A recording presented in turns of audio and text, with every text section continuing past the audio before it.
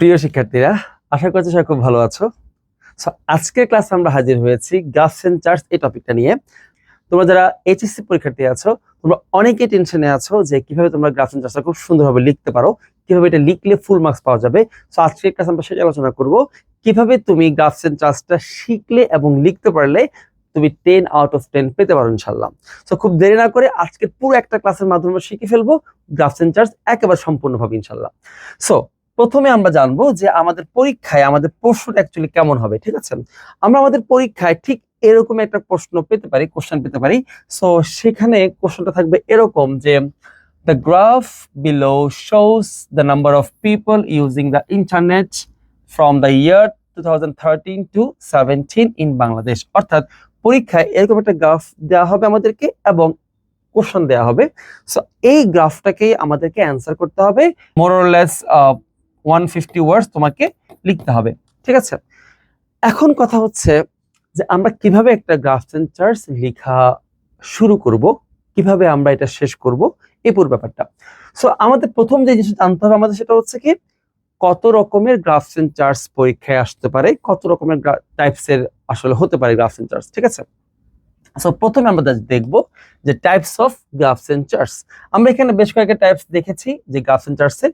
আমরা একটু জানবো কোনটার আসলে নাম কি। প্রথম কাজ হবে আমাদের যে বিভিন্ন রকমের গ্রাফস এর নামগুলো একটু জানা।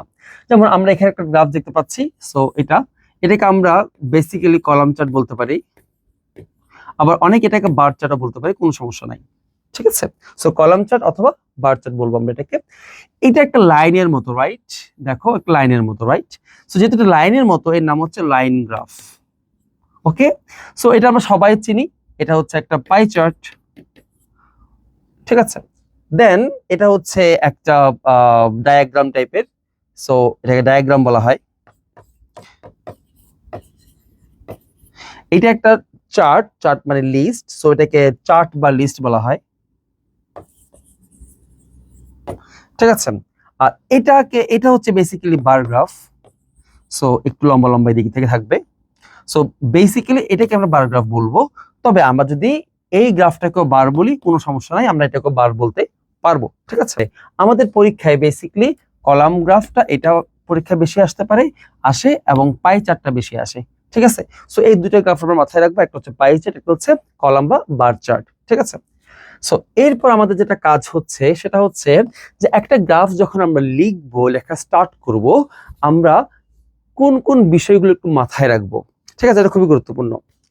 দেখো, কোন একটা গ্রাফ লেখার আগে আমাদের কয়েকটা স্টেপস আমাদেরকে কি করতে হবে, ফলো করতে হবে। তার মধ্যে প্রথম যে স্টেপ সেটা হচ্ছে অ্যানালাইজিং দ্য গ্রাফ।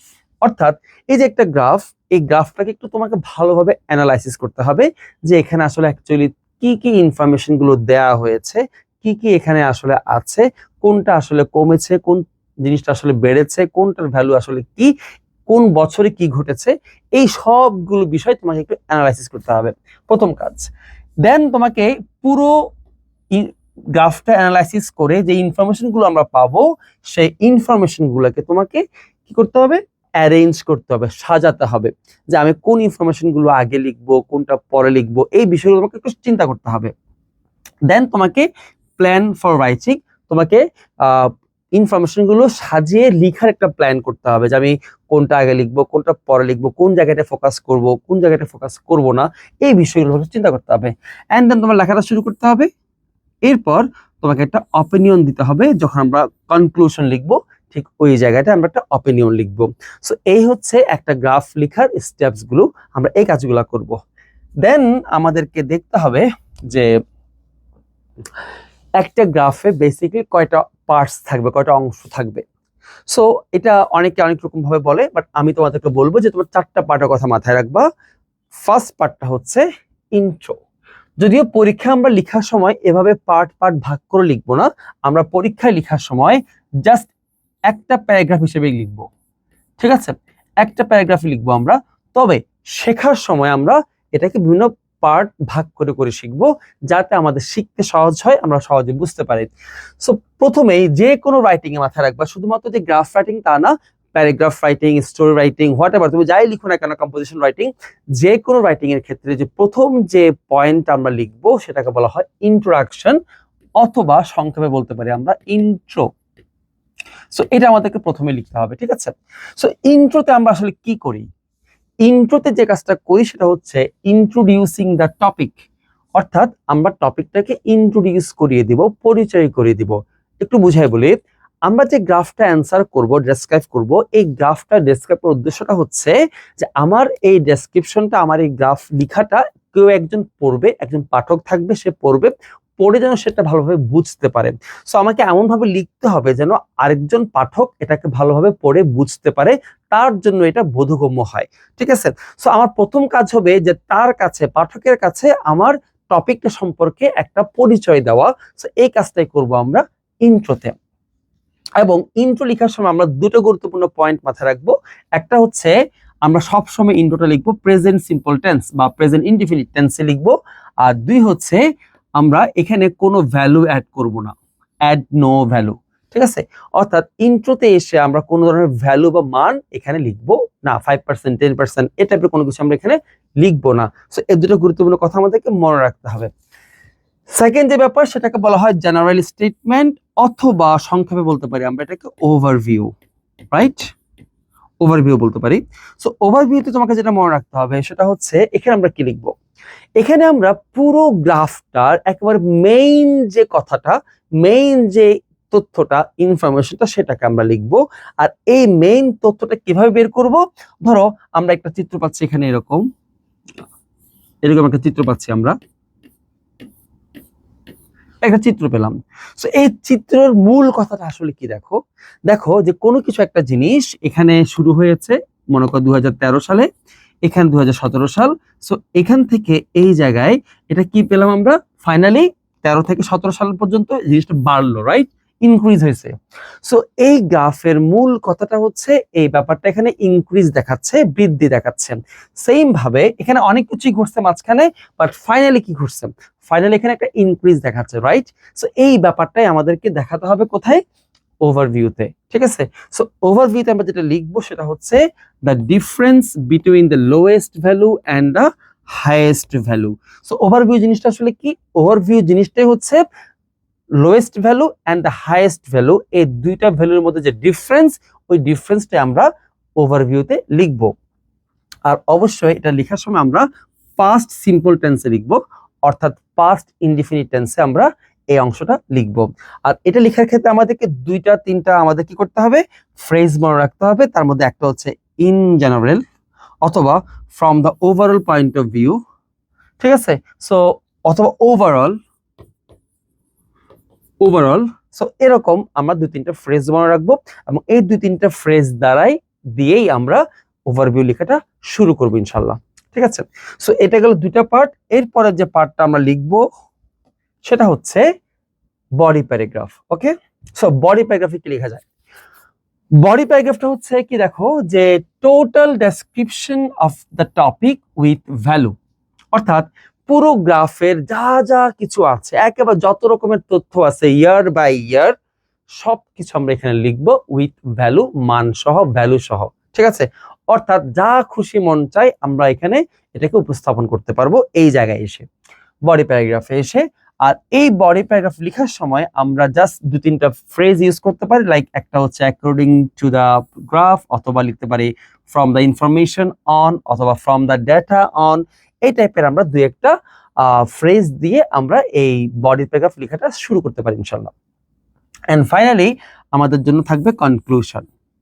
সো আমরা পুরো গ্রাফ শেষে আমরা একটা কনক্লুশন নিয়ে আসবো, আর এই কনক্লুশনটায় মূলত আমরা একটা অপিনিয়ন দিব, ঠিক আছে? অর্থাৎ তুমি তোমার একটা অপিনিয়ন দিবা যে আসলে কি ঘটতে যাচ্ছে এই গ্রাফের মধ্যে, আগামীতে কি ঘটতে পারে। সো নিজের একটা অপিনিয়ন তুমি এখানে দিতে পারো। আর অপিনিয়ন দেওয়ার সময় তুমি পুরো গ্রাফে যে সিমিলারিটিস গুলো আছে, যে মিল মিল জায়গাগুলো আছে, সেটা তুমি বলতে পারো, অথবা যেখানে যেখানে ডিফারেন্সেস আছে সেটা তুমি এখানে উল্লেখ করতে পারো, ঠিক আছে? আর এই অপিনিয়ন কনক্লুশন লেখার সময় আমরা কয়েকটা ফ্রেজ এখানে মাথায় রাখতে পারি। একটা হচ্ছে in conclusion, it can be concluded that, অথবা as per the above discussion. So এই টাইপের আমরা যে কোনো একটা ফ্রেজ দ্বারাই আমরা কনক্লুশন লেখাটা শুরু করব। সো এই হলো একটা গ্রাফের বিভিন্ন অংশ, চারটা অংশ আমরা আলোচনা করলাম, এবং চারটা অংশে আমরা কি কি লিখবো, কিভাবে লিখবো সেটা আমরা আলোচনা করলাম। এখন আমরা প্র্যাকটিক্যালি দেখব যে কিভাবে প্রতিটা অংশ আমরা পরীক্ষায় অ্যান্সার করব, ঠিক আছে? এবং প্র্যাকটিসও আমরা করবো ইনশাআল্লাহ ক্লাসের মধ্যে। সো সবাই আমরা একটু ভালো করে মনোযোগ দিয়ে রাখি। সো আমরা আবার একটা প্রশ্ন পেয়ে গেলাম যে প্রশ্নটা আমাদের পরীক্ষা থাকতে পারে। সো আমরা এখন এই প্রশ্নটা থেকে ফার্স্ট যে আমাদের অংশটা সেটা হচ্ছে ইন্ট্রোডাকশন বা ইন্ট্রো, এটা আমরা লেখাটা শিখবো। দেখো, আমরা প্রথমে বলছিলাম যে ইন্ট্রো লিখতে গিয়ে আমাদেরকে মনে রাখতে হবে যে ইন্ট্রোতে আমরা শুধুমাত্র সেটাই লিখবো, ইন্ট্রোডিউসিং দ্য টপিক, অর্থাৎ টপিকটাকে আমরা আমাদের পাঠকের সাথে পরিচয় করিয়ে দিব। কিন্তু একটা মজার ব্যাপার হচ্ছে যে আমাদের যে কোশ্চেনটা থাকে এই কোশ্চেনের মধ্যে কিন্তু ইন্ট্রো থাকে, অর্থাৎ এই কোশ্চেনের মধ্যে সবকিছু বলে দেওয়া থাকে, পরিচয় করে দেওয়া থাকে। তাহলে এখন আমরা যদি কোশ্চেনটা হুবহু লিখে দেই তাহলে কিন্তু আমাদের কাজ শেষ, ইন্ট্রোটা হয়ে যাবে। কিন্তু টিচার তখন বুঝে যাবে যে তুমি আসলে এটা কপি করে লিখছো, তো তোমাকে কোনো মার্কস টিচার দিবে না, টিচার অবশ্যই অ্যান্সার দেখে খুশি হবে না। তো তোমাকে যে কাজটা করতে হবে সেটা হচ্ছে তুমি ঠিক এই জিনিসটাই তুমি এখানে ইন্ট্রোতে লিখবা, তবে অবশ্যই প্যারাফ্রেজ করে তুমি লিখবা, ঠিক আছে? প্যারাফ্রেজ করে লিখবা। এখন প্রশ্ন আসতে পারে হোয়াট ইজ প্যারাফ্রেজ? প্যারাফ্রেজ মানে আসলে কি? প্যারাফ্রেজ মানে হচ্ছে তুমি একই জিনিসই লিখবা তবে ভিন্ন শব্দ ব্যবহার করে এবং ভিন্ন বাক্যের গঠন ব্যবহার করে, অর্থাৎ বাক্যের গঠনটা তুমি চেঞ্জ করতে পারো এবং শব্দগুলো তুমি চেঞ্জ করে দিতে পারো। তাহলে কি হয়ে যাবে? তোমার প্যারাফ্রেজ, তাহলে তোমার সুন্দর একটা প্যারাফ্রেজ হয়ে যাবে। যেমন আমরা যদি এই কোশ্চেনটাকে ইন্ট্রো লিখি, কিভাবে লিখবো দেখো। First of all the graph, এটা হচ্ছে বাক্যের সাবজেক্ট। এখন এখানে কিন্তু ওরা গ্রাফের নামটা লিখে নেয়, রাইট? শুধু গ্রাফ লিখছে, আমরা তো এটার নাম জানি। আমরা যদি লিখবো এটাকে দ্য বার গ্রাফ, তাহলে আমরা প্রথমেই সাবজেক্টটা চেঞ্জ হয়ে গেল আমাদের, ঠিক আছে? এরপর বিলো মানে হচ্ছে নিচে, আমাদের তো নিচে কোনো গ্রাফ নাই, আমাদের বিলো ওয়াটার লেখা দরকার নাই। এরপর আছে এখানে ভার্ব শোজ। সো আমি তাহলে এখানে শোজ লিখতে পারি, কিন্তু শোজ এর জায়গায় আমি একটা সিনোনিম লিখি। কিরকম সিনোনিম আছে লিখে এখানে দেখো, illustrates, focuses, provides, represents, ডিপিক্টস। So তুমি এখানে অনেকগুলো ভার্ব দেওয়া আছে, তুমি এখান থেকে যে কোনো একটা লিখতে পারো, শোজ লেখা দরকার নাই। আমার পছন্দ হচ্ছে এই ভার্বটা, সো আমি এটা লিখছি ডিপিক্টস। ওকে, সো দ্য বার গ্রাফ ডিপিক্টস। খেয়াল করে দেখো অলরেডি একটা চেঞ্জ হয়ে গেছে, যে একই জিনিস আমরা লিখছি তবে ভিন্ন শব্দে। Okay, the number of people using the internet. So the number of people using the internet, যদি আমরা এটাকে প্যারাফ্রেজ করি তাহলে কি পাই? তার আগে আমরা এটার বাংলা অর্থটা বোঝার চেষ্টা করি। দ্য নাম্বার অফ পিপল, মানুষের সংখ্যা, ইউজিং দ্য ইন্টারনেট, ইন্টারনেট ব্যবহারকারী।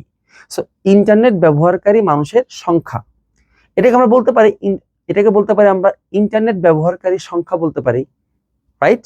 সো আমরা এটাকে যেটা করতে পারি সেটা হচ্ছে এই যে ইউজিংটাকে আগে নিয়ে আসলে কি হবে, ইউজার মানে যারা যে সকল মানুষরা ইন্টারনেট ব্যবহার করে তাদেরকে কি বলা হয়? ইউজার বলা হয়, রাইট? সো আমরা লিখতে পারি এখানে the number of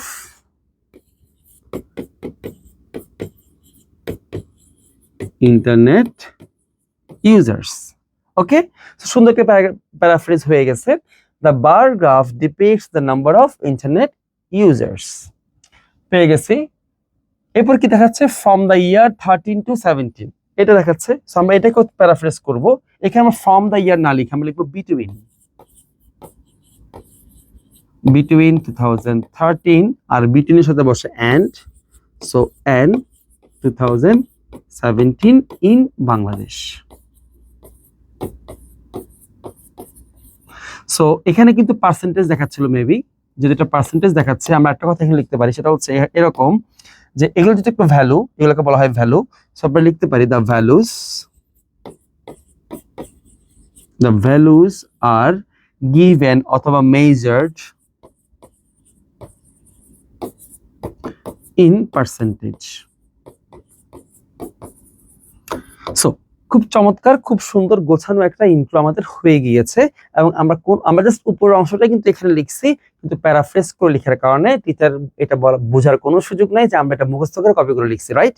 সো ঠিক এভাবে যদি তুমি ইন্ট্রোটা লেখার চেষ্টা করো বা লিখতে পারো, প্রথমেই তোমার একটা চমৎকার ইমপ্রেশন তৈরি হবে তোমার প্রতি টিচারের, ঠিক আছে, যে তুমি খুব সুন্দরভাবে লিখতে পেরেছো এবং তুমি একটা ভালো মার্কস পাওয়ার একটা আশা করতেই পারো, ঠিক আছে। সো এই হচ্ছে আমাদের ইন্ট্রো, এবং তোমরা এখানে অনেকগুলো ভার্ব দেওয়া আছে, তোমার যার যেটা খুশি তুমি সেটা ইউজ করতে পারো। সো এটা জরুরি না যে তোমাকে ডিপিক্স ইউজ করতে হবে। সো তোমার যেটা খুশি সেটা ইউজ করবা, তোমরা অবশ্যই শোজটা ইউজ করবো না, কারণ শোজ তো প্রশ্নই থাকবে, ঠিক আছে। সো এই হচ্ছে একটা পারফেক্ট ইন্ট্রো, তোমরা চাইলে এইভাবে ইন্ট্রোটা লিখতে পারো। এখন আমি তোমাদেরকে বলবো যে পরে আরেকটা কোশ্চেন আমরা এখন দেখব, সেখানে কিভাবে ইন্ট্রোটা আমরা লিখবো এই কোশ্চেনটাতে, ঠিক আছে। সো প্রথমে তোমরা নিজে একটু ট্রাই করো, এটা ইন্ট্রোটা লেখার চেষ্টা করো, করার পর তোমরা আমার সাথে অ্যান্সারটা মিলাই নাও তোমাদের হয়েছে কিনা, ঠিক আছে। সো তোমরা একটু পজ করে আগে তোমরা এটা ইন্ট্রোটা লেখার চেষ্টা করো। সো আমি যদি এটা ইন্ট্রোটা লিখি, কিভাবে লিখবো, খুবই সিম্পল ব্যাপার। দেখো এখানে কি লেখা আছে, look at the following pie chart, it shows the choice of profession by different educated youth in Bangladesh. Okay, now describe the pie chart in 150 words. পরীক্ষা বলা থাকবে 150 word. You should highlight and summarize the information given in the graph Okay, ঠিক আছে। So এটা হচ্ছে আমাদের প্রশ্ন। এখন আমরা যদি এটাকে ইন্ট্রো লিখি, কিভাবে লিখবো দেখো। প্রথমে আমরা লিখবো it shows the choice of profession. Okay, so আমরা ইট শব্দটাকে চেঞ্জ করে দেব, এখানে সাবজেক্টে সেটা হবে the pie chart, যেটা একটা pie chart. So the pie chart, এরপর এখানে shows দেওয়া আছে, আমরা লিখবো depicts, the pie chart depicts। এরপর দেখো the choice of profession by different educated youths in Bangladesh, এটাকে আমাদের প্যারাফ্রেজ করতে হবে, ঠিক আছে। সো আমরা কি লিখতে পারি এখানে, আমরা লিখতে পারি এখানে the pie chart depicts the choice of the interest of, আচ্ছা এখানে যেহেতু আমরা দেখতে পাচ্ছি যে এখানে পার্সেন্টেজে দেখানো হচ্ছে সবকিছু, রাইট, পার্সেন্টেজ। সো আমরা এখানে পার্সেন্টেজ কতটা নিয়ে আসতে পারি এখানে এভাবে, the pie chart ডিপিক্টস the percentage,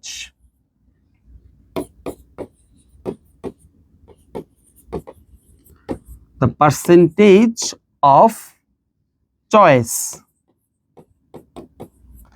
the percentage of choice, অথবা আমরা লিখতে পারি interest, the percentage of choice অথবা interest of profession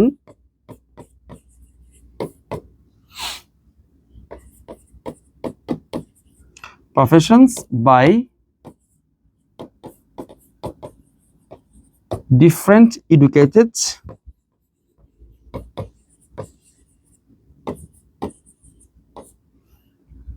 youths in Bangladesh.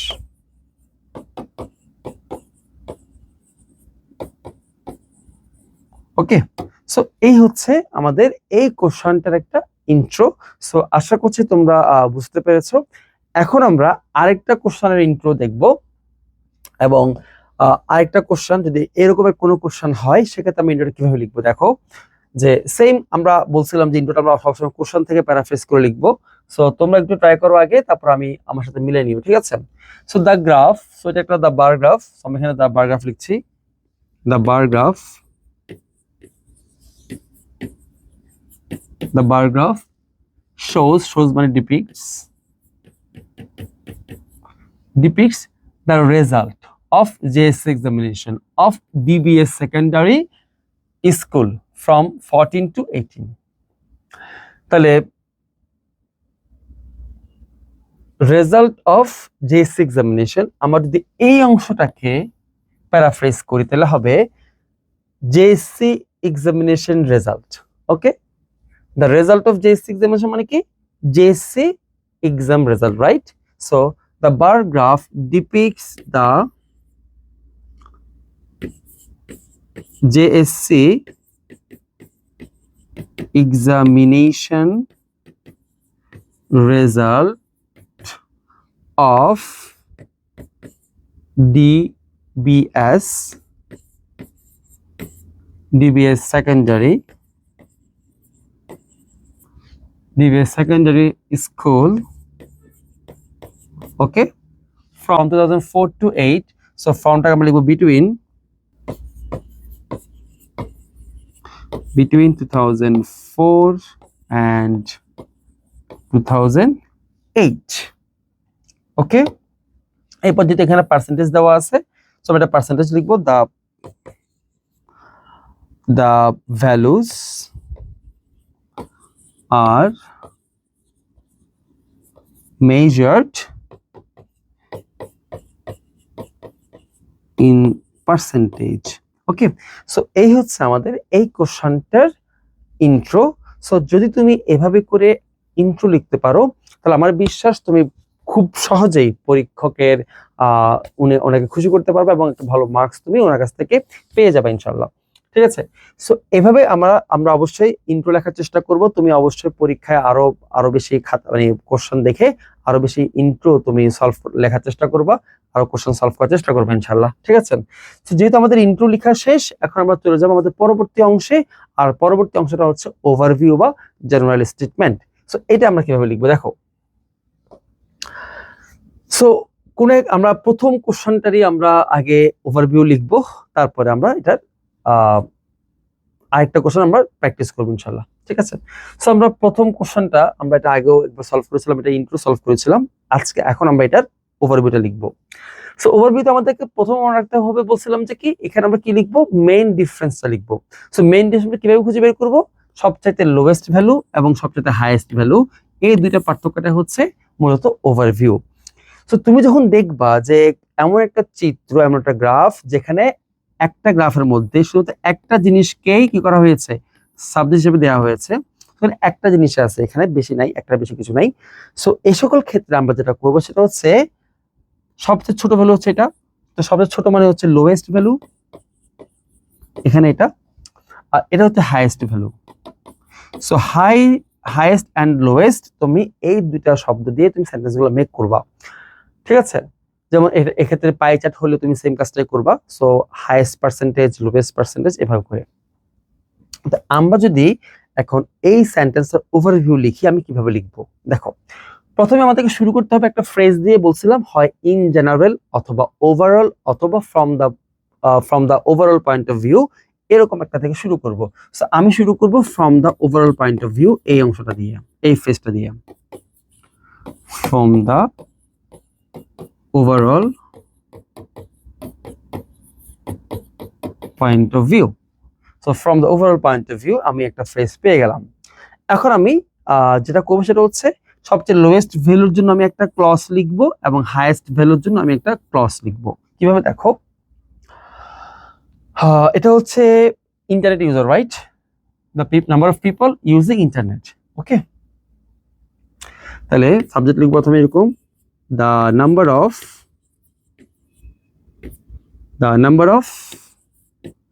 internet user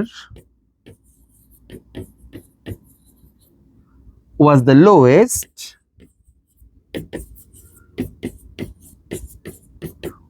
lowest in 2013,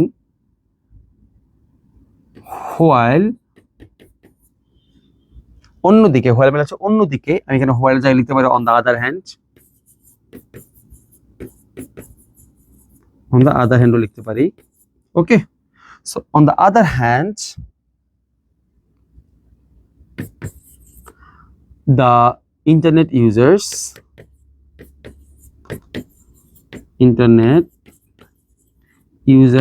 number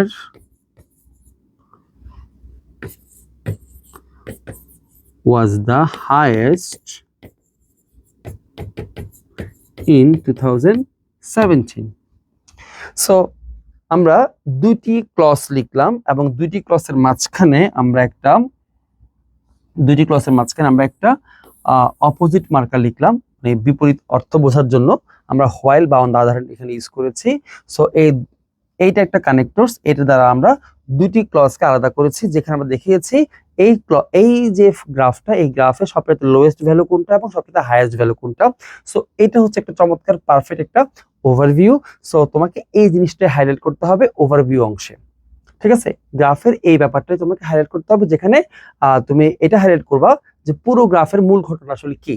so এই পুরো গ্রাফের মূল ঘটনাটা হচ্ছে যে সবচেয়ে কম ছিল 13 সালে এবং সবচেয়ে বেশি ছিল ভ্যালুটা 17 সালে। সো এভাবে করে তুমি যদি দুইটা ক্লজ লিখো তাহলে কিন্তু আমাদের চমৎকার একটা ওভারভিউ হয়ে যাবে। সো আশা করছি তুমি এটা বুঝতে পেরেছো। এখন আমরা যাব আরেকটা কোশ্চেনে এবং তোমরা এটা ট্রাই করে দেখবা এবং আমি অবশ্যই এটা অ্যান্সারটা করে দিব। সো দেখো পরেরটাতে এই কোশ্চেনটা আমরা আবার এখন ওভারভিউ লিখবো। ঠিক আছে, সো এখানে কিন্তু খেয়াল করে দেখো যে এখানে কিন্তু আগের মতো একটা সাবজেক্ট নাই, এখানে কিন্তু দুটো জিনিস আছে।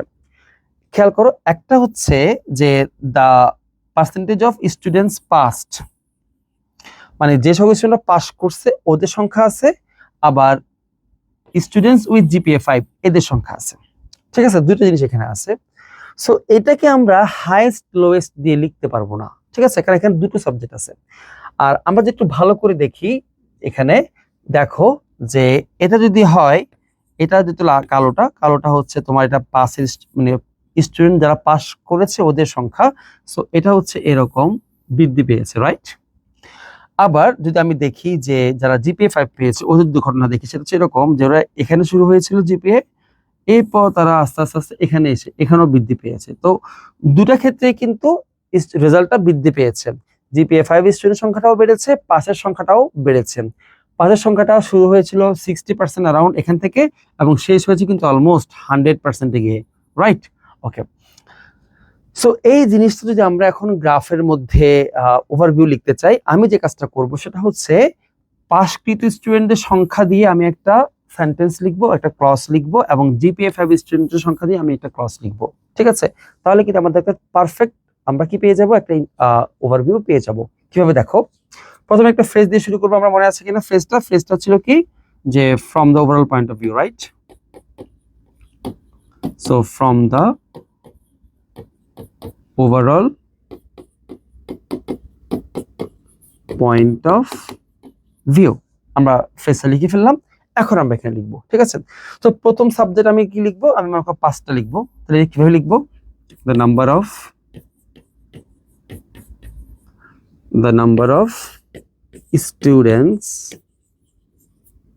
students who passed যারা পাস করেছে, এভাবে লেখা যেতে পারে, অথবা লিখতে পারে the number of passing students. ঠিক আছে, সো ওটা মনে করি সুন্দর ভালো দেখাবে এইভাবে না গিয়ে।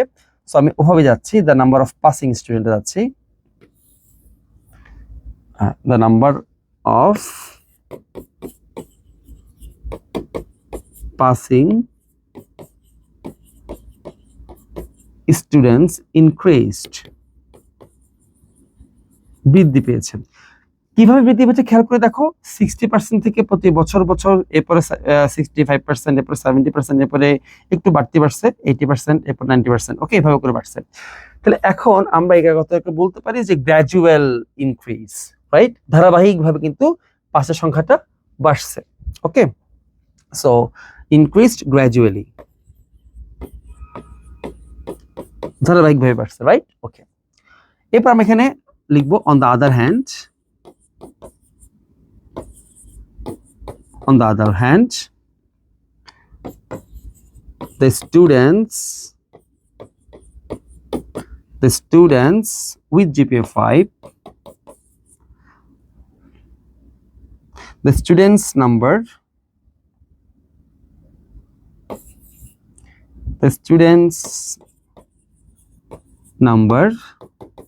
with GPA 5 এটাও কিন্তু বৃদ্ধি পেয়েছে, রাইট। দেখো তো এখান থেকে বৃদ্ধি পেয়েছে, কিন্তু এটা কম বৃদ্ধি পেয়েছে, রাইট। সো আমরা লিখবো ইনক্রিজড, যেহেতু আমরা ইনক্রিজ একবার এখানে লিখছি, সো আমরা এখন আর ইনক্রিজ এখানে লিখবো, আমরা লিখবো অন্য একটা শব্দ ইনক্রিজের পরিবর্তে, সেটা হচ্ছে রোজ মানে বৃদ্ধি পাওয়া। সো রোজ, এটা খুব কম বাড়ছে, রাইট। সো আমরা দিতে পারি এখানে স্লাইটলি, কত থেকে 4 থেকে 8 সাল পর্যন্ত। সো আমরা লিখতে পারি ওভার দ্য ইয়ার্স, কত বছর, 4 5 6 7 8 5 বছর, ওভার দ্য 5 ইয়ার্স লিখতে পারি, তো ওভার দ্য ইয়ার্স লিখতে পারি, রাইট। আমি 5 ইয়ার্স লিখছি না, ওভার দ্য ইয়ার্স লিখছি, যে বছরগুলোতে।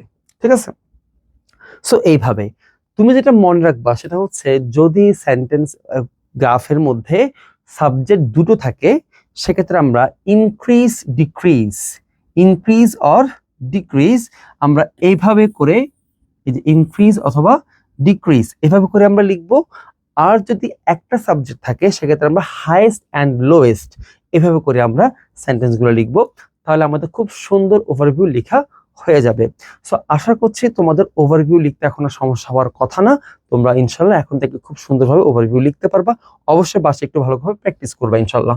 ঠিক আছে, সো এই হচ্ছে আমাদের ওভারভিউ লেখা। আমাদের দুটো পার্ট অলরেডি শেষ। আমরা এখন চলে যাবো আমাদের পরবর্তী অংশে, 3 নম্বর পার্টে। ওকে, সো একটা গুরুত্বপূর্ণ বিষয় বলে রাখি, সেটা হচ্ছে আমাদের বডি প্যারাগ্রাফ লিখতে গিয়ে আমাদেরকে অনেক একই সাবজেক্ট বারবার লিখতে হবে, একই ভার্ব বারবার লিখতে হয়, একই অ্যাডভার্বস বারবার লিখতে হয়।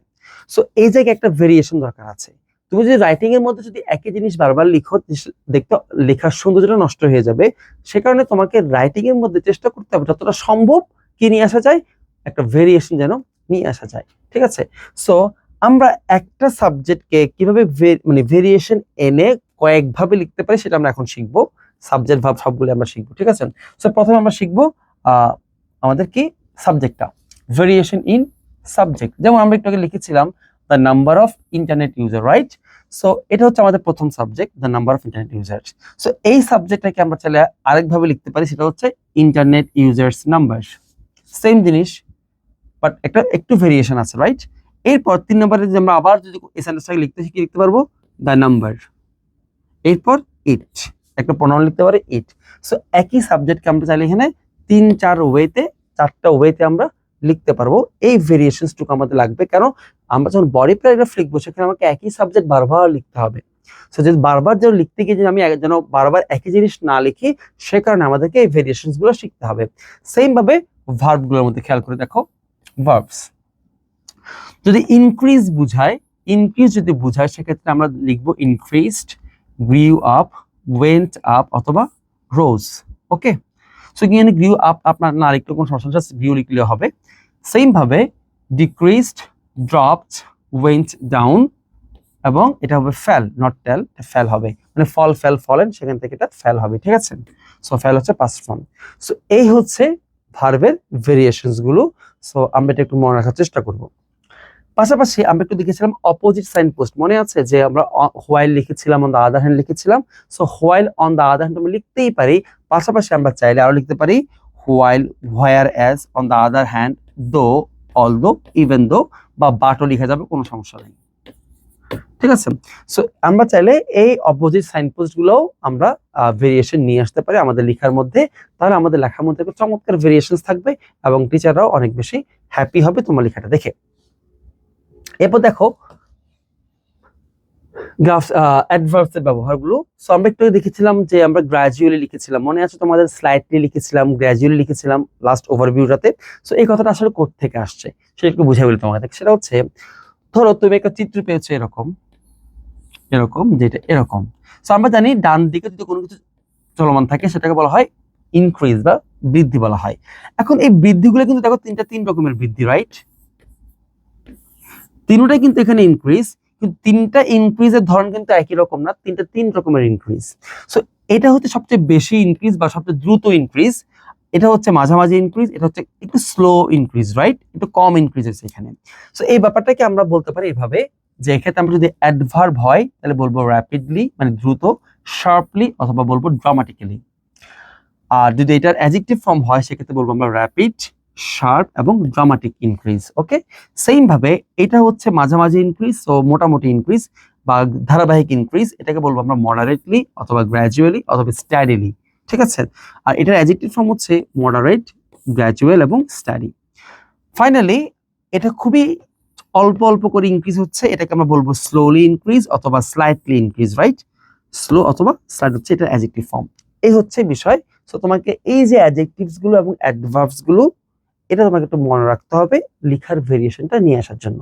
সো আমরা মোটামুটি বেশ কিছু ভেরিয়েশন পড়েছি, আরো কিছু ভেরিয়েশন আছে, যেমন প্রোনাউন, যেমন preposition, okay, time expression, okay, time.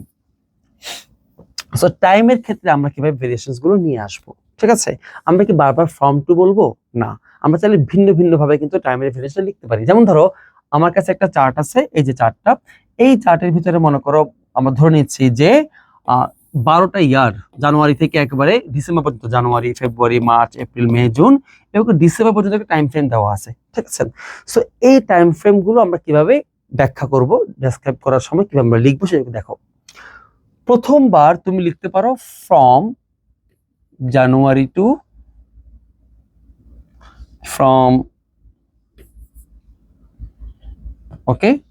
From January to February, এটা তুমি প্রথমে লিখলা। দেন তুমি লিখতে পারো এভাবে for the next 2 months, okay, অথবা ওভার দ্য নেক্সট 2 months, অথবা ডিউরিং দ্য নেক্সট 2 months। এরপর তুমি যারা আবার লিখতে পারো বিটুইন অ্যান্ড, এই ফ্রেজ তুমি ইউজ করতে পারো। অর্থাৎ টাইমিং বোঝানোর জন্য, টাইম এক্সপ্রেশনস বোঝানোর জন্য তুমি চাইলে এই ভেরিয়েশনটা ব্যবহার করতে পারো। আমি তোমাদেরকে এই যে 12 মাসের যেটা এখানে একটা গ্রাফ আছে, এই গ্রাফটাকে আমি তোমাদের লিখে দেখাবো কিভাবে আমরা এটা টাইমটাকে লিখতে পারি। প্রথমবার আমরা কি লিখবো, মনে করো যে ফ্রম থেকে লিখবো, right? So from January to ফেব্রুয়ারি। এরপর আমরা কি লিখবো দেখো, ফর দিয়ে শুরু করবো। So for the next 2 months, okay, 2 months এভাবে লিখলাম। এখানে কিন্তু আমরা 2 months নামটা কিন্তু বলি নাই, অর্থাৎ কোন 2 মাস। সো ফেব্রুয়ারি পরে কে আছে, মার্চ আর এপ্রিল আছে, রাইট? সো আমরা এখানে এপ্রিল পর্যন্ত লিখছি। এরপর আমি যদি আবার ওভারটা লিখি, তাহলে আমি তো এখানেও না মাসের নাম উল্লেখ করতে পারছি না, তাহলে বোঝা যাবে না আসলে আমি কোন মাসের কথা বলছি। সে কারণে আমাকে চেষ্টা করতে হবে, যদি আমি একবার মাসের নাম উল্লেখ করেছি পরে আবার করে নাই, দেন আমি করলে আমি তখন কি করব, মাসের নাম উল্লেখ করার জন্য বিটুইনটা ইউজ করতে পারি, রাইট? সো আমি 3 নাম্বার ইউজ করবো বিটুইন, এটা হচ্ছে মে আর June. So between May and June, okay. এরপর আমি মাসের নাম উল্লেখ করলাম জুন পর্যন্ত। এখন আমি চাইলে আবার ইউজ করতে পারি ওভার থেকে। So over the next 2 months। এখন যদি আমি আবার 2 months ইউজ করলাম, মানে আমি জুলাই এবং অগাস্টকে বোঝাচ্ছি, কিন্তু এখানে তার উল্লেখ নাই। সো এখন আমাকে আবার নাম উল্লেখ করতে হবে পরের বার, সেক্ষেত্রে আমি আবার কোথায় চলে যাব, ফ্রমে চলে যাব, right? So from September to October, ঠিক আছে। সো এখন আমি আবার ইউজ করবো কি, বাকি আছে এখানে ডিউরিংটা। So during the next 2 months, অর্থাৎ নভেম্বর এবং ডিসেম্বর বোঝাবে, during the next 2 months। So এই হচ্ছে ব্যাপার। সো এইভাবে করে আমরা টাইমের যে ভেরিয়েশন সেটা আমরা পরীক্ষায় লিখতে পারবো। আমাদের লিখলে আমাদের লেখাটা অনেক বেশি গোছানো এবং অনেক বেশি সুন্দর হবে ইনশাল্লাহ, ঠিক আছে। সো আশা করছি তোমরা বুঝতে পেরেছো যে আমাদের টাইম এক্সপ্রেশনসটা কিভাবে লিখতে হবে, ঠিক আছে। সো এখন আমরা চলে যাব কোথায়, বডি প্যারাগ্রাফ লেখাতে। সো বডি প্যারাগ্রাফ লেখার সময় আমাদেরকে যেটা মনে রাখতে হবে সেটা হচ্ছে যে আমরা এখানে এসে 2টা সেন্টেন্সের স্ট্রাকচার শিখবো, ঠিক আছে। সো একটা হচ্ছে খুবই কমন সেন্টেন্স স্ট্রাকচার, যেটা আমরা সবাই খুব ভালোভাবে জানি, সেটা হচ্ছে সাবজেক্ট ভার্ব ফরম্যাট। এটা আমরা ছোটবেলা থেকে পড়ে আসতেছি, অর্থাৎ সাবজেক্ট ভার্ব বুঝবে এরকম। আরেকটা হচ্ছে দেয়ার ফরম্যাট, ঠিক আছে। তো কেন আমরা দুটো শিখবো, তুমি যদি প্রতিটা সেন্টেন্সেই সাবজেক্ট বা ফরম্যাট দিয়ে তুমি সবগুলো বাক্য লিখো, লেখাটা একদম সাদামাটা হয়ে যাবে। তো যদি এটা করা যায় যে তুমি মনে করো 6টা সেন্টেন্স লিখবা বডি প্যারাগ্রাফের মধ্যে, 6টার ভিতরে একটা লিখবা সাবজেক্ট ভার্ব ফরম্যাট, তারপরটা লিখবা দেয়ার ফরম্যাট, আবার লিখবা সাবজেক্ট ভার্ব ফরম্যাট, আবার লিখবা দেয়ার ফরম্যাট, আবার সাবজেক্ট ভার্ব ফরম্যাট, আবার দেয়ার ফরম্যাট। সো তুমি যদি এইভাবে চেঞ্জ করে যদি লিখো, লেখাটার মধ্যে একটা চমৎকার ভেরিয়েশন কাজ করবে। সে কারণে আমাদেরকে এভাবে 2টা স্ট্রাকচার লিখা শিখতে হবে এবং পরীক্ষায় আমাদেরকে 2টাই ট্রাই করার চেষ্টা করতে হবে, ঠিক আছে। সো আমরা একটা চিত্র পাচ্ছি, আমরা এই চিত্রটাকে এখন আমরা এখানে লিখবো সাবজেক্ট বা ফরম্যাট এই স্ট্রাকচারে। সো একটু ভালো করে দেখো। সো আমি ধরে নিচ্ছি এটা হচ্ছে দ্য নাম্বার অফ স্টুডেন্টস, মনে করো আমাদের কোচিং এই দ্য নাম্বার অফ স্টুডেন্টের সংখ্যা।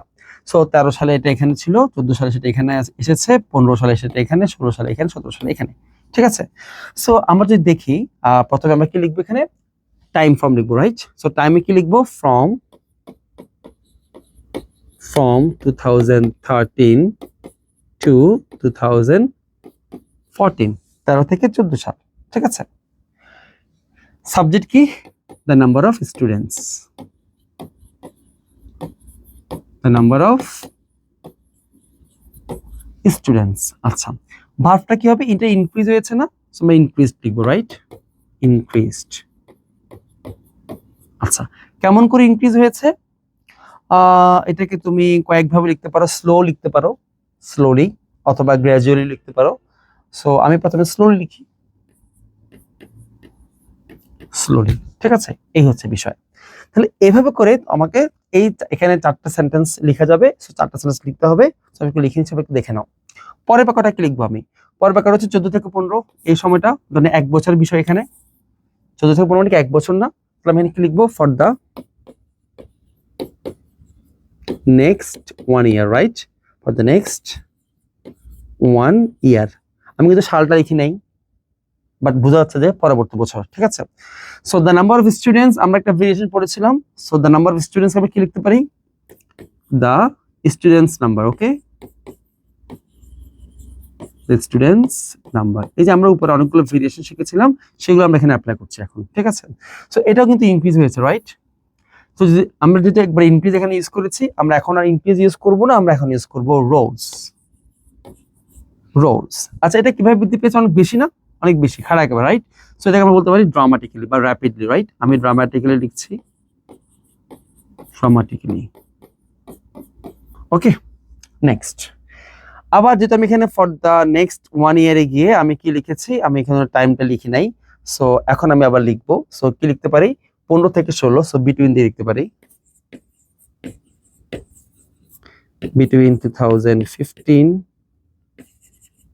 and 2016. Okay, so the number of students, এখানে আমি সাবজেক্ট হিসেবে লিখবো the number। আচ্ছা, ভার্বকে লিখবো, এটা ডিক্রিজেস, রাইট? কমছে।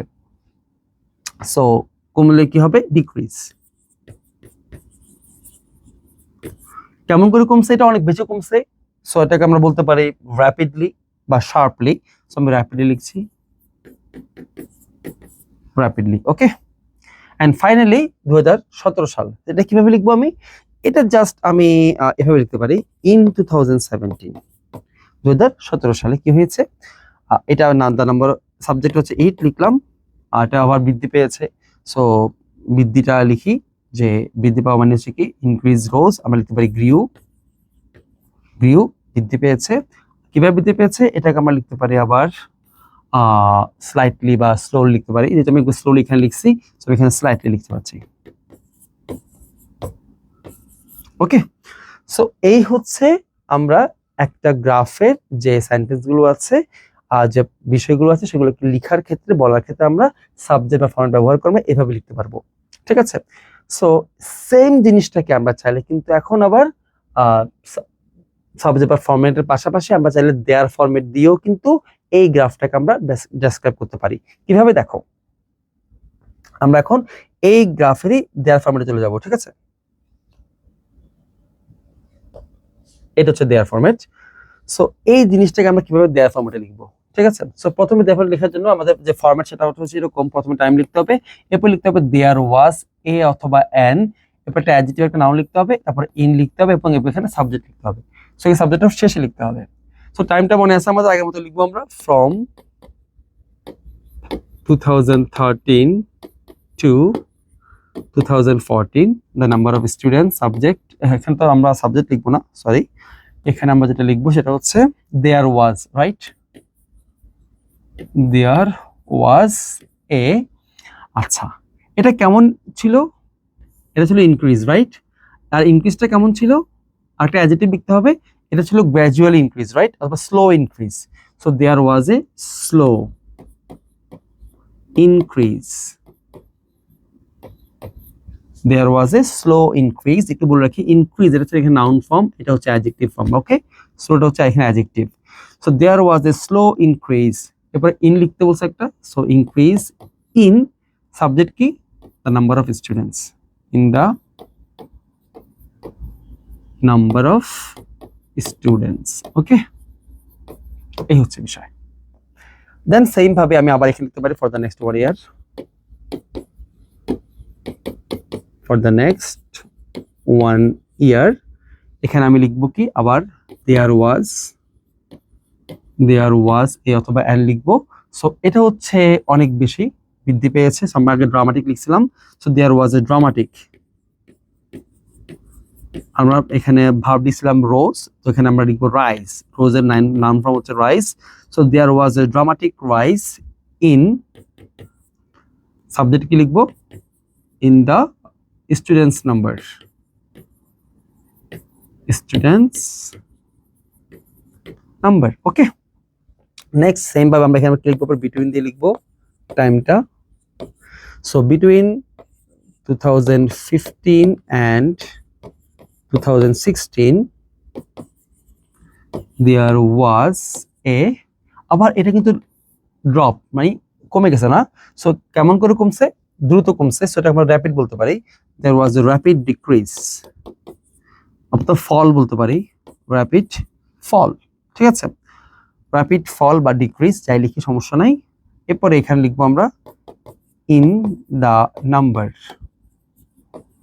ওকে, and finally in 2017 there was, আবার একটা বৃদ্ধি আছে এখানে, সো এটা আমরা আগে বলতে লিখছিলাম স্লো, এখন লিখবো slight. there was a slight increase, so যদি আমরা ইনক্রিজ এখানে একবার লিখছি, আমরা ইনক্রিজ লিখবো না, আমরা লিখবো গ্রোথ। সো গ্রিউ, ঠিক আছে, গ্রো হচ্ছে ভার্ব আর গ্রো এর নাউন ফর্ম হচ্ছে growth. So there was a slight growth in it, subject হচ্ছে ইট। সো আমরা দেখলাম কিভাবে একটা গ্রাফে একটা সেন্টেন্সকে আমরা চাইলে সাবজেক্ট ভার্ব ফরম্যাট এবং দেয়ার ফরম্যাট উভয় ফরম্যাটে আমরা একই সেন্টেন্সকে লিখতে পারি।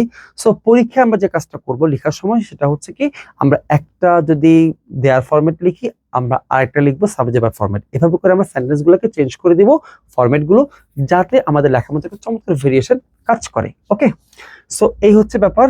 এখন আমরা মোটামুটি তোমার একটা বডি প্যারাগ্রাফ লেখার জন্য আর যা যা জিনিস দরকার সবকিছু অলমোস্ট পড়ে ফেলেছি, আর দুই একটা জিনিস বাকি আছে, সেটা একটু পড়বো আমরা একটু। ঠিক আছে, সো এখানে আমাদের সবচেয়ে গুরুত্বপূর্ণ অংশটা হচ্ছে এই মুহূর্তে, সেটা হচ্ছে কয়েকটা ট্রেন্ডস আমাদেরকে পড়তে হবে। অনেক সময় দেখা যাবে যে একটা গ্রাফের ভিতরে সবচেয়ে হাইয়েস্ট যে ভ্যালুটা আছে, হাইয়েস্ট যে মানটা আছে, এটাকে বলা হয় পিক পয়েন্ট, এটাকে একটা ট্রেন্ড বলা হয়। সো এই ট্রেন্ডস, আমরা দুটো ট্রেন্ডস শিখবো এখানে। একটা হচ্ছে পিক পয়েন্ট, তো একটা চিত্র এভাবে উঠলো, উঠে এখানে এসে শেষ হলো, সো এটাকে বলা হয় পিক পয়েন্ট। সো এই পিক যখন হবে, একটা মান যখন একেবারে পিকে যখন পৌঁছাবে, এই কথাটাকে আমরা কিভাবে বলতে পারি, আমরা একটু দুভাবে বলতে পারি। দেখো, the number of internet users peaked at 40% in 2017, মানে 2017 সালে এটা 40% কি হয়েছে, পিকড হয়েছে। তো তুমি কথাটাকে এভাবে বলতে পারো, অথবা বলতে পারো the number of internet users reached a peak, এটা পিকে পৌঁছাইছে at 40%। ওকে, সো এটা গেল একটা ট্রেন্ড। যদি কখনো আমরা দেখি যে কোনো একটা ভ্যালু একেবারে সর্বশেষ যে তার চূড়ায় পৌঁছেছে, সর্বশেষ ভ্যালু সে সর্বোচ্চ ভ্যালু সে নিয়েছে, সেক্ষেত্রে আমরা এটাকে পিক বলবো, আর পিক হলে আমরা সেন্টেন্সগুলোকে এভাবে লিখবো। ঠিক আছে, এরপর আরেকটা ট্রেন্ড আছে, সেটা হচ্ছে কনস্ট্যান্ট ট্রেন্ড। এটা কিরকম, ধরো একটা এমন হয়েছে যে 2010 সাল থেকে 2025 সাল পর্যন্ত ভ্যালুটা সেম রয়ে গেছে, 35%, কোনো চেঞ্জ হয় নাই। এটা আমরা কিভাবে লিখবো? ঠিক আছে, সো এক্সাম্পল দেখো, the number of internet users remained, থেকেছে, রিমেইন মানে থাকা, সো রিমেইন থেকেছে, কনস্ট্যান্ট মানে স্থির থেকেছে at 35% during the next 15 years, 15 বছর ধরে এটা 35% কি থেকেছে, রিমেইন থেকেছে, মানে কনস্ট্যান্ট থেকেছে। ক্লিয়ার? সো এইভাবে করে আমরা এই যে ট্রেন্ড, এটা আমরা লিখতে পারবো। ঠিক আছে, সো এর বাইরে আমাদের এখন বাকি আছে আর দুই একটা জিনিস, সেটা হচ্ছে কিভাবে আমাদেরকে ভ্যালুগুলো লিখতে হবে। অর্থাৎ এই যে আমরা বলছি এখানে যে এখানে 20 থেকে 50, ঠিক আছে, এই যে চিত্রের মধ্যে, তো 20 থেকে 50% যেটা হইলো, এটা আমরা কিভাবে বুঝবো, কিভাবে লিখবো আমরা খাতায়? সো এইটাকে বলা হয় ভ্যালু। আর এই ভ্যালুটা লেখার জন্য আমাদেরকে দুটো জিনিস জানতে হবে। একটা হচ্ছে ভেরিয়েশন ইন প্রেপোজিশন, আর একটা হচ্ছে variation in approximation. Okay, so প্রথমে আমরা আলোচনা করব ভেরিয়েশন ইন প্রেপোজিশন, এই অংশটা। অর্থাৎ এই যে চিত্রটা আমরা দেখতে পাচ্ছি এখানে, যে একটা ভ্যালু 20 থেকে এখানে 50 হয়েছে, এই চিত্রটাকে বা এই কথাটাকে আমরা চাইলে অনেকভাবে বলতে পারবো, অনেকভাবে এটাকে ডেসক্রাইব করতে পারবো। যেমন 1 নাম্বার প্রথমটা খেয়াল করো, এটা হচ্ছে দ্য নাম্বার অফ স্টুডেন্টস, মনে করো সাবজেক্ট হচ্ছে the number of students increased, বৃদ্ধি পেয়েছে, রাইট, বৃদ্ধি পেয়েছে ফ্রম 20 to 50, 20 থেকে সেটা 50 হয়েছে। আমরা এটাকে এভাবে বলতে পারি, অথবা বলতে পারি the number of students increased by 30, by 30 মানে কি, এই যে 20 থেকে 50 এখানে মাঝখানে 30% বাড়ছে, রাইট, সো এই 30%কে আমরা বলতে পারি বাই 30। ওকে, আচ্ছা, অথবা দ্য নাম্বার, এটা কিন্তু পিক ছিল না এখানে, 50টা পিক পয়েন্ট, সো বলতে পারি পিকড অ্যাট 50। সো স্পেসিফিক যখন আমরা কোনো একটা ভ্যালু বলবো তাকে পূর্বে আমরা অ্যাট ইউজ করবো, রাইট, ওকে। অথবা বলতে পারি দ্য নাম্বার স্টার্টেড অ্যাট 20, অর্থাৎ এই সংখ্যাটা 20-এ শুরু হয়েছে অ্যান্ড এন্ডেড অ্যাট 50, এবং গিয়ে 50-এ গিয়ে শেষ হয়েছে। সো এই চিত্রটার ব্যাখ্যায় আমরা চাইলে 4টা সেন্টেন্স, ভিন্ন ভিন্ন সেন্টেন্স লিখতে পারি। তোমার যে কোনোটা খুশি তুমি লিখতে পারো, কোনো সমস্যা নাই। সো আমার উদ্দেশ্যটা হচ্ছে তোমাকে ভেরিয়েশন শেখানো, যেন তুমি যে কোনো ভাবে এটা লিখতে পারো, ঠিক আছে। এরপর আমরা জানবো ভেরিয়েশন ইন অ্যাপ্রক্সিমেশন, এই অংশটা দেখো। ধরো একটা চিত্র আছে আমাদের কাছে, এরকম একটা চিত্র। সো চিত্রের আমরা দেখছি পিক পয়েন্ট হচ্ছে এখানে এটা। সো এই পিক পয়েন্ট আসলে ভ্যালু কত, আসলে এটা কিন্তু আমরা এখান থেকে আনি, সমান করে এতটুকু হয়, রাইট। সো এইটার ভ্যালু এখানে যদি 20 হয়, এখানে যদি 30 হয়, তো এটা কত হবে, এটা হয়তো 26 বা 25 এরকম, বাট আমরা শিওর না যে 25 বা 26 এরকম, রাইট। সো এই কথা আমরা কিভাবে বলবো, এই কথাটা বলবো আমরা ঠিক এভাবে, দেখো কয়েকভাবে বলতে পারি। প্রথম কথা হচ্ছে এখানে কথাটা আসে না, ইট পিকড হবে এখানে, ইট পিকড, ইট পিকড অ্যাট, আচ্ছা 30 থেকে এটা একটু করে নিচে না, সো বলতে পারি জাস্ট আন্ডার 30, 30 থেকে একটু নিচে বলতে পারি। অথবা বলতে পারি 20 থেকে অনেক উপরে, সো বলবো কিভাবে, it peaked at well over 20, well over মানে হচ্ছে বেশি উপরে, বেশি উপরে, ঠিক আছে। সো 20 থেকে একটু বেশি উপরে। অথবা বলতে পারি ইট পিকড অ্যাট অ্যাবাউট 27, অর্থাৎ অ্যাবাউট মানে প্রায়, সো এটা প্রায় 27 বলতে পারি আমরা, ঠিক আছে। সো অ্যাবাউট যখন আমি বলছি, এটা প্রায়টা 27 হইতে পারে, কম বেশি হইতে পারে, কোনো সমস্যা নাই, ঠিক আছে। সো এই 3 ভাবে যে কোনো ভাবে আমরা চাইলে এই চিত্রটাকে ব্যাখ্যা করতে পারি। আর তুমি চাইলে অ্যাবাউট এর পরিবর্তে তুমি চাইলে আরো কিছু শব্দ এখানে ইউজ করতে পারো, যেমন অ্যাবাউট, অ্যাপ্রক্সিমেটলি, অ্যারাউন্ড, নিয়ারলি, রাফলি, ঠিক আছে। সো এই যে কোনোটা অ্যাডভার্ব তুমি এখানে ইউজ করতে পারবে, কোনো সমস্যা নাই। সো এই হচ্ছে টোটাল একটা বডি প্যারাগ্রাফ লেখার জন্য তোমার যা যা জিনিস তোমার জানা থাকা দরকার, সবগুলো আমরা এখানে এখন আলোচনা করলাম। যত রকমের ভেরিয়েশনস তোমার জানা থাকা দরকার, সবগুলো আমরা আলোচনা করলাম।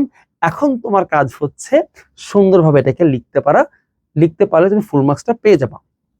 সো আমরা যেহেতু আগে ইন্ট্রো এবং ওভারভিউ লিখে দেখিয়েছিলাম, ঠিক সেম ভাবে এখন আমি তোমাদেরকে বডি প্যারাগ্রাফ লিখে দেখাবো, যাতে তোমাদের বুঝতে সহজ হয়। দেখো, আমরা এখানে একটা কোশ্চেন, আমরা আগের কোশ্চেনটা পেয়েছি। সো আগের কোশ্চেনটা বডি প্যারাগ্রাফ কিভাবে লিখবো।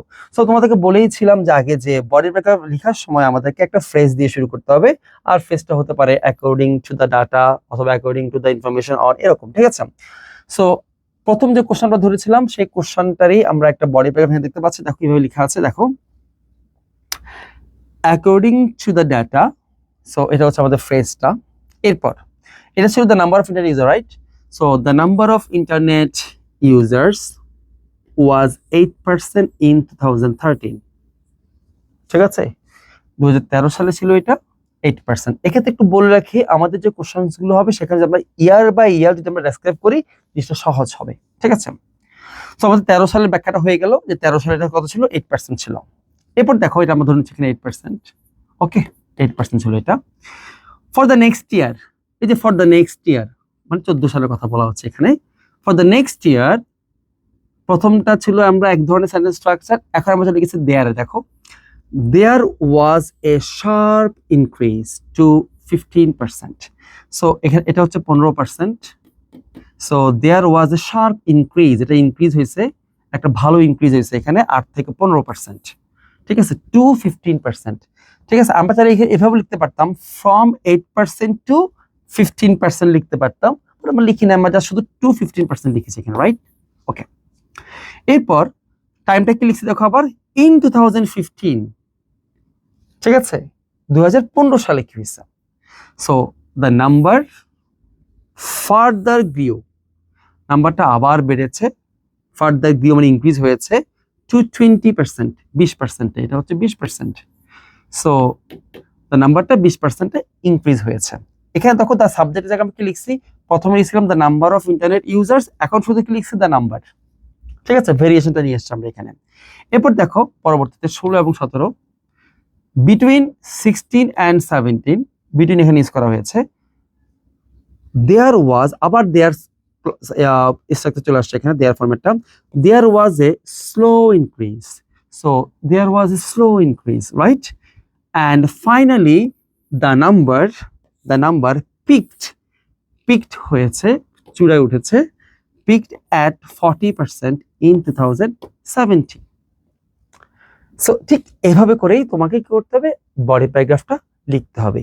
সো আশা করছি তোমরা রিলেট করতে পেরেছো যে আমরা আগে যে যে বিষয়গুলো আলোচনা করেছিলাম সেগুলো সবকিছু আমরা ঠিক এই জায়গাটার মধ্যে আমরা দেখিয়েছি কিভাবে তোমাকে এটা লিখতে হবে, ঠিক আছে? ওকে, যেহেতু আমাদের বডি প্যারাগ্রাফ শেষ, এখন আমরা আলোচনা করব যে এই কোশ্চেনটার কনক্লুশনটা কিভাবে হবে, ঠিক আছে? সো একটু ভালো করে দেখো, কনক্লুশন আমাদের প্রথম কাজ ছিল আমরা একটা ফ্রেজ লিখবো যে ইট ইজ কনক্লুডেড দ্যাট, অথবা ইন কনক্লুশন এরকম। সো আমরা এখানে লিখেছি ইট can be concluded that, so আমরা একটা কনক্লুশন লিখেছি, রাইট? এরপর আমরা বলছিলাম যে এখানে আমরা কি লিখবো, এখানে আমরা একটা অপিনিয়ন বা মতামত লিখবো, ঠিক আছে? সো দেখো মতামতটা কি, people are becoming more interested in using the internet. দেখো যে মানুষ 8% থেকে এখানে 40% চলে গেছে, রাইট? কত বছরের ভিতরে, 13 থেকে 17 সাল, মাত্র 5 বছরের মধ্যে। সো 5 বছরের ভিতরে মানুষ 8% টু 40% চলে গেছে। দ্যাট মিনস কি, মানুষ অনেক বেশি ইন্টারেস্টেড হচ্ছে, আগ্রহী হচ্ছে ইন্টারনেট ব্যবহার করার ক্ষেত্রে। সো এই কথা এখানে বলা হচ্ছে, people are becoming more interested in using the internet, which would be a great advantage for the government, যেটা গভর্নমেন্টের জন্য একটা ভালো সুযোগ হবে, অ্যাডভান্টেজ হবে, to make Bangladesh fully digitalized. So যেটার মাধ্যমে গভর্নমেন্ট বাংলাদেশকে খুব দ্রুত ডিজিটালাইজড করতে পারবে, ঠিক আছে? সো এই হচ্ছে আমাদের কনক্লুশনটা। ঠিক এভাবেই তোমাকে একটা কনক্লুশন নিয়ে আসতে হবে, ঠিক আছে? সো এইগুলো একটা কোশ্চেনের আমাদের টোটাল সলিউশন। আমরা প্রতিটা পার্ট ভেঙে ভেঙে ভেঙে ভেঙে আলোচনা করেছি। সো এখন আমরা দেখব পুরো কোশ্চেনের অ্যান্সারটা আমরা একটা পেজে নিয়ে আসছি, একেবারে ইন্ট্রো, ওভারভিউ, বডি সবকিছু, ঠিক আছে? সো আমরা একটু আবার রিক্যাপ করে একটু মিলাই নেই যে সবকিছু ঠিক আছে কিনা। দেখো প্রথমে আমরা এটার ইন্ট্রো লিখেছিলাম, মনে আছে? দ্য বার গ্রাফ বা দ্য বার চার্ট ইলাস্ট্রেটস, আমি ডিপিক্টস লিখছিলাম, ঠিক আছে? So the bar chart illustrates the number of internet users in Bangladesh from 13 to 17, আমি এখানে লিখছিলাম বিটুইন 13 to 17, ওকে? সো তোমরা এখানে বিটুইন 13 to লিখবে, কোনো সমস্যা নেই। The values are measured in percentage, okay? So এটা ছিল আমাদের intro. Next, from the overall point of view, এটা ছিল আমাদের ওভারভিউটা। The number of internet users was the lowest in 13 and it gradually reached its peak in 17 through a steady increase. So আমরা এটা লিখেছিলাম ভাবে যে and না লিখে আমরা এখানে লিখেছিলাম on the other hand it was the highest in 2017, আমরা এভাবে লিখেছিলাম। বাট এখানে কি লিখেছি দেখো, it gradually reached its peak in 2017, okay? Next, according to the data, আমরা লিখছিলাম according to the graph, এরকম লিখছিলাম। The number of internet users was 8% in 13. For the next year there was a sharp increase to 15%. In 2015 the number further grew to 20%, এই এখানে 20%, ঠিক আছে? Between 16 and 17 there was a dramatic increase and finally the number peaked at 40% in 2017. So it is আমাদের body paragraph and finally conclusion. So it can be concluded that the people are becoming more interested in using the internet, which would be a great advantage for the government to make Bangladesh fully digitalized. So এই হচ্ছে একটা চমৎকার graph. তুমি যদি এটা এভাবে করে পরীক্ষায় লিখতে পারো, ইনশাল্লাহ তুমি 10/10 পাবা, এতে কোনো সন্দেহ নাই। নিশ্চিতভাবে তুমি পরীক্ষাটা অ্যান্সার করতে পারলে তুমি 10 পেয়ে যাবা। সো তোমার কাজ হবে খুব সুন্দর করে প্রতিটা জিনিস একটু বেশি করে প্র্যাকটিস করা। কিন্তু রাইটিং এর ব্যাপার, রাইটিং এর ক্ষেত্রে একটা চিরন্তন সত্য কথা হচ্ছে, তুমি গ্রামার ঠিক রেখে যা লিখবা তাই কারেক্ট, তবে লেখাটা গুছিয়ে লিখতে হবে। ঠিক আমরা যেভাবে দেখিয়েছি ঠিক এভাবে লেখার চেষ্টা করতে হবে, তাহলে আমার বিশ্বাস তুমি ফুল মার্কস পেয়ে যাবা। এখন আমি তোমাদেরকে আরেকটা কোশ্চেন একেবারে প্রথম থেকে শেষ পর্যন্ত একটু অ্যান্সারটা দেখাই। ধরো এই কোশ্চেনটাই, ঠিক আছে? সো একটু ভালো করে দেখো এই কোশ্চেনটা। এটা ছিল JSC result of DBC school, এটাতে। সো এটাতে আমাদের ইন্ট্রোটা কেমন হবে দেখো। The bar chart illustrates the JSC examination result of DBC secondary school over a 5-year period from 2004 to 2008. It presents a comparative view of the percentage of the students who passed and those who achieved a GPA 5. So আমি এত বড় করে লিখি নাই, আমি একটু ছোট করে লিখছিলাম। আমি জাস্ট এখানে লিখছিলাম যে shows the percentage এরকম, ঠিক আছে? অথবা the values are measured in percentage এরকম লিখছিলাম, রাইট? সো এটার ওভারভিউটা ছিল এরকম, from the overall point of view the number of students who passed, আমরা প্রথমে হু পাস দিয়েছিলাম, পরে লিখেছিলাম the number of passing students, right? Who pass the JSC examination increased steadily, ধারাবাহিকভাবে বৃদ্ধি পেয়েছে। While the number of students achieving GPA 5 grew significantly over the 5-year period. So আমরা এভাবে কিন্তু আমাদের ওভারভিউটা লিখেছিলাম। সো এই হচ্ছে ওভারভিউ পর্যন্ত, আর এর পরের অংশে আছে আমাদের বডি প্যারাগ্রাফ এবং কনক্লুশনটা, ঠিক আছে? সো এটার বডি প্যারাগ্রাফ হচ্ছে এরকম যে according to the graph the percentage of passing students was the lowest in 2014। যে পাসিং স্টুডেন্টের পার্সেন্টেজ ছিল সবচেয়ে লোয়েস্ট 2004 সালে, ঠিক আছে? হুইচ ইনক্রিজ, যেটা পরবর্তী বৃদ্ধি পেয়েছে গ্র্যাজুয়ালি ফ্রম 60 to 70%, যেটা পরে 60 থেকে 70% হয়েছে, রাইট? বাই 2006। আমরা এখানে 5-এর কথা বলছি না, ডিরেক্ট 4 থেকে 4-এর পর আমরা ঠিক 6 সালের কথা বলছি। 60 থেকে 70-তে চলে গিয়েছে, রাইট? এখানে আমরা একটা স্কিপ করেছি একটা, ওকে? ইন 2007 সালে দ্য পার্সেন্টেজ গ্রিউ সিগনিফিকেন্টলি, সাথে এটা খুব সিগনিফিকেন্টলি বাড়ছে, অনেক বেশি বাড়ছে সে কারণে। And finally it reached its peak at nearly 90% in 2008, and finally 2008 সালে সেটা কি হয়েছে, 90% বা 100% হয়েছে। সো এই হচ্ছে আমাদের বডি প্যারাগ্রাফ। এরপর দেখো, অন দ্য আদার হ্যান্ড, আমাদের যেখানে শুধু পাস করার ব্যাপারটা বলেছি আমরা, সো জিপিএ 5 স্টুডেন্টদের কথাটা রয়ে গেছে এখনো, সো সেটা আমাদের লিখতে হবে, সেটা আমরা আরেকটা প্যারা এখানে লিখছি। On the other hand the percentage of students achieving GPA 5 rose from 10% in 2004 to 19% 2005. So 4 থেকে 5 এটা 4 থেকে 90% বেড়েছে, রাইট? In 2006 সালে there was a slight increase of only 1%. So একটু করে বাড়ছে এখানে, মাত্র 1%. However, the percentage decreased to about 10% in 2007. 2007 সালে পার্সেন্টেজটা আবার 10% পর্যন্ত কমে গেছে। And finally peaking, এবং ফাইনালি এটা 30%-এ পিক করেছে, ওকে, ইন 2008 সালে। সো এই হচ্ছে এটার একটা চমৎকার বডি প্যারাগ্রাফ।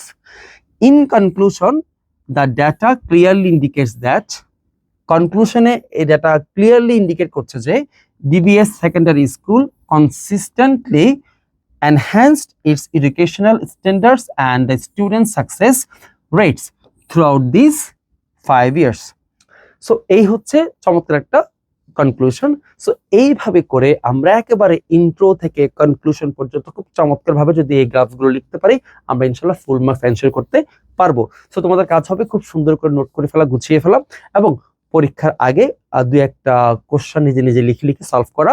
সলভ করার তোমাদের কাজ করতে পারবো, সেটা হচ্ছে এরকম যে তুমি তোমার লেখাটা ছবি তুলে তুমি চ্যাট জিপিটি বা জেমিনাইকে দিতে পারো, দিয়ে বলতে পারো যে আমার লেখাটা কেমন হয়েছে, কোথাও কোথাও ভুল হয়েছে, এবং এখানে আমি কত মার্কস পেতে পারি। সো তারা তোমাকে একটা সাজেশন দিয়ে দিবে, তোমার ভুলগুলো কোথায় হলো সেটা তোমাকে জানিয়ে দিবে।